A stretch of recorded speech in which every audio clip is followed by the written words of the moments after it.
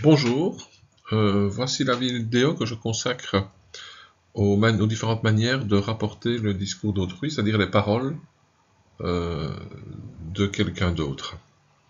Il y a donc deux manières de faire. Il y a la reformulation et l'emprunt. Commençons par l'emprunt, qui est la manière la plus fidèle de rapporter, de reprendre le discours d'autrui, avec la citation et le discours direct. La citation étant quelque part un exemple de discours direct, puisqu'il s'agit de reprendre une petite phrase prononcée par quelqu'un. Le discours direct est souvent plus long et introduit d'une manière, on va dire, plus régulée. Nous y reviendrons prochainement, mais disons que ce sont deux manières de faire référence à quelqu'un qui a prononcé quelque chose, sans trahir sa pensée, puisqu'on la reprend intégralement. L'autre manière de faire, c'est la reformulation.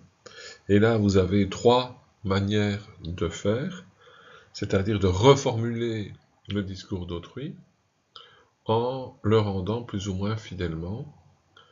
Vous avez le discours indirect, vous avez le discours indirect libre, et vous avez le discours apporté.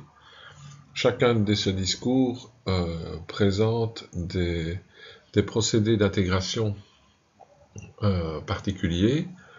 On ne va pas s'étendre là-dessus ici, mais je vais surtout tenter de vous montrer la différence entre les différents éléments. Le discours indirect est introduit par un verbe de déclaration et entraîne une série de modifications dans la formulation des paroles prononcées.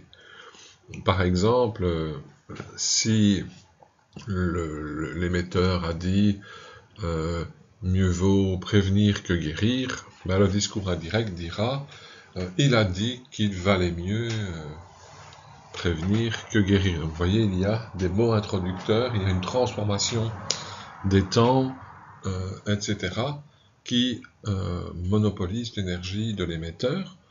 Le discours indirect libre, lui, supprime le verbe introducteur, donc on va avoir une phrase du genre il valait mieux prévenir que guérir, avec donc une suppression des éléments introducteurs, mais en théorie, une conservation plus ou moins fidèle, comme pour le discours indirect, des paroles qui ont été prononcées. Et puis, il en va autrement du discours apporté, qui a tendance à condenser, qui a tendance à résumer les propos de la personne qui a pris la parole. Voilà. Globalement, ces différentes manières de rapporter le discours d'autrui, à chacun dans sa dissertation d'envisager la meilleure façon de les faire connaître à son lecteur. Bonne journée à vous et à bientôt.